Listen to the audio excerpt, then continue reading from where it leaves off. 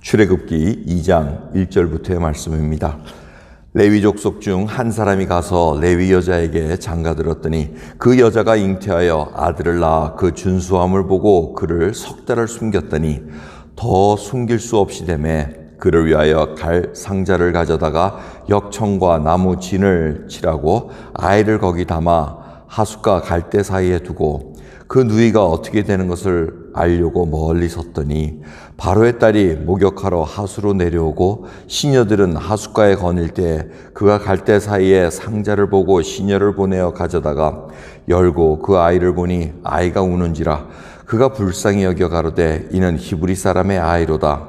그 누이가 바로의 딸에게 이르되 내가 가서 히브리 여인 중에서 유모를 불러다가 당신을 위하여 이 아이를 젖먹이게 하리까. 바로의 딸이 그에게 이르되 가라. 그 소녀가 가서 아이의 어미를 불러오니 바로의 딸이 그에게 이르되 이 아이를 데려다가 나를 위하여 젖을 먹이라. 내가 그 싹을 주리라. 여인이 이 아이를 데려다가 젖을 먹이더니 그 아이가 자라매 바로의 딸에게 데려가니 그의 아들이 되니라. 그가 그 이름을 모세라 하여 가로되 이는 내가 그를 물에서 건져내었음이라 하였더라. 아멘. 이 출애굽기에서 모세가 주인공격이 됩니다. 이 이스라엘 백성들을 이끌어내야 되는데 이 배경에는 뭐가 있습니까? 하나님께서 약속하신 거, 아브라함에게 너희 자손들이 이 애굽 땅에 가서 400년 동안 종살이 하다가 이제 내가 데려 나오리라라는 약속입니다. 그래서 이 모세가 태어나고 이제 80년 지나야지 이제 내려오니까 거의 이제 300년이 넘은 겁니다. 이스라엘 백성들이 애굽 땅에 거해가지고 300년이 넘는 동안 쭉 왕성하게 돼서 남자만 뭐 100만 명이 넘지 않았을까 이렇게 생각을 합니다. 70명이 와서 이제 뭐 여자 아이 다 합치면 뭐 100만, 200만까지 뭐 이렇게 추측을 합니다. 이렇게 지금 왕성하게 지금 일어나고 있는데 그 시발점에 이제 모세가 태어나게 됩니다. 근데 바로가 남자아이는 다 이제는 죽이라, 강에 빠지고 강에 하수에 던지고 여자는 살리라는 걸 이제 칙령으로 내렸습니다. 그런 상황 속에서 모세가 태어났습니다. 이제 레위 지파의 자녀라고 이렇게 기록을 합니다. 그러면서 석 달을 숨겨서 해산을 했는데 남자아이입니다. 딸아이 같으면은 그냥 키우려고 이제 얼마나 고민스러웠겠어요. 당시의 상황 속에서 우리가 생각해보면 그 상황 속에 남자아이니까. 근데 아이가 보니까 이거 보통 아이가 아닌 거야. 아주 그냥 준수했다는 건 토브라는 히브리 단어입니다. 아주 좋다. 참 아주 그냥 너무 좋은 그 마음을 표현하고 있다는 겁니다. 이 아이가 너무 좋아서 이 아이를 어떻게 죽일 수는 없고 몰래 키웠는데 3개월이 지나니까 더 키울 방법이 없다는 거예요. 100일 정도 되면 울음소리도 커지고 뭐 이게 지금 돌아다니고 이게 옆에서 누가 보다가 걸 신고라도 하면은 이거 죽을 수밖에 없는, 그리고 가족도 다 몰살당해야 되는 어떤 아주 위험한 처지에 있었다는 겁니다. 그래서 생각해낸 게 갈대 상자, 여기서 참 재미있는 단어 상자를 가져왔다고 얘기를 합니다. 그 상자라는 건 테바라는 단어인데 테바라는 단어는 어디서 사용됐냐면 노아의 방주, 그 방주도 테바입니다. 그러니까 그걸 연결을 시켜준 것을 우리가 볼 수가 있습니다. 그래서 가족들이 석청을 바르고 타르를 바르고 진을 발라서 물이 안 들어가게 해서 지금 나일강에 이렇게 띄우는 겁니다. 근데 이 나일강이 뭐 험한 곳이죠. 또 악어도 있고 뭐 어떻게 될지 모르는 상황이지만 그래도 이 나일강은 다산, 풍요, 뭐 이런 신이 있는 그 이집트 사람들이 섬기는 그런 귀한 강물입니다. 그래서 애굽의 왕족들도 목욕탕 같은 걸 만들어 놓고 이제 그렇게 목욕할 수 있는 것도 해놓고 각자 이렇게 섹션들이 있는 겁니다.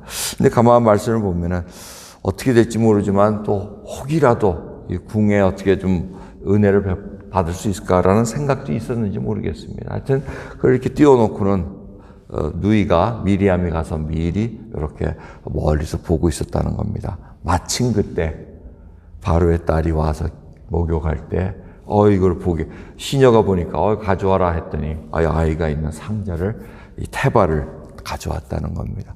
이렇게 건져내가지고 이름을 모세라고 집니다. 모세는 애굽어입니다. 애굽어인데 그걸 이 히브리어로 발음하게 하니까 모세입니다. 원래는 애굽어로는 모두세스 이렇게 했는데 그걸 이제 모세로 히브리 사람들이 부른 겁니다. 물에서 건져냈다는 뜻입니다. 그래서 근데 참 재미있게도 이 미리암이 가서 바로의 딸에게 가서 어째 궁중에 다닐 수 있는 그런 혜택이 있었던 모양입니다. 가서 젖을 먹일 수 있는 유모를 불러드릴까요? 그러니까 데려오느라.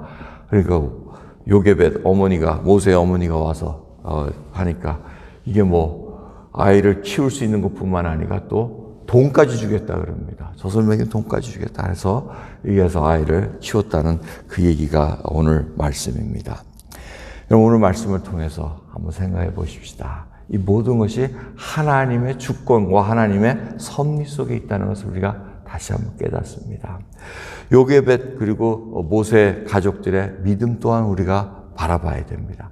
믿음이 끝까지 키워보려고 했으나 안 될 때가 있다는 겁니다. 여기까지라는 걸 우리가 한번 생각해 봐야 됩니다. 여기까지 더 이상 키울 수가 없구나. 믿음으로 내가 지금 이 아이를 석 달을 키웠으나 이 이상은 우리가 안 되겠구나. 그리고는 최선을 다합니다. 상자, 방주를 만들어서 이 아이를 하나님 손에 다시 맡기는 그 순간을 여러분 상상해 보십시오. 여러분들 혹시 내가 그냥 믿음 가지고 끝까지 여기구나. 이제는 주님 더 이상 못하겠습니다. 하고 주님 앞에 이제는 다시 하나님의 주권과 하나님의 섭리 속에 모든 것을 맡기는 그 믿음 속에 행함을 딱 했을 때 하나님께서 역사하시는 것을 목도했다는 겁니다. 하나님께서는 바로가 남자아이를 죽이라고 했으나 그 궁전 밑에서 바로 키우게 만드십니다. 그것도 돈까지 주고 하면서 키우게 하시는 하나님의 섭리를. 그러니 모세의 어머니 요게벳이 젖을 물리면서 뭘 생각했습니까? 하나님의 은혜를 생각하고 모세에게 얼마나 많은 그 말씀을 했겠습니까? 여러분, 어린아이들 아무것도 모르는 것 같은 아이, 갓난장이 때부터 믿음을 심어줘야 됩니다. 너는 하나님께서 이렇게 키워주셨다. 너 하나님께서 보호해 주셨다. 그 사이에, 그러니까 잊지 않고 장년이 돼서도 40세가 넘어서도 하나님을 계속해서 알는 그러한 청년으로 자란 것을 우리가 볼 수가 있습니다.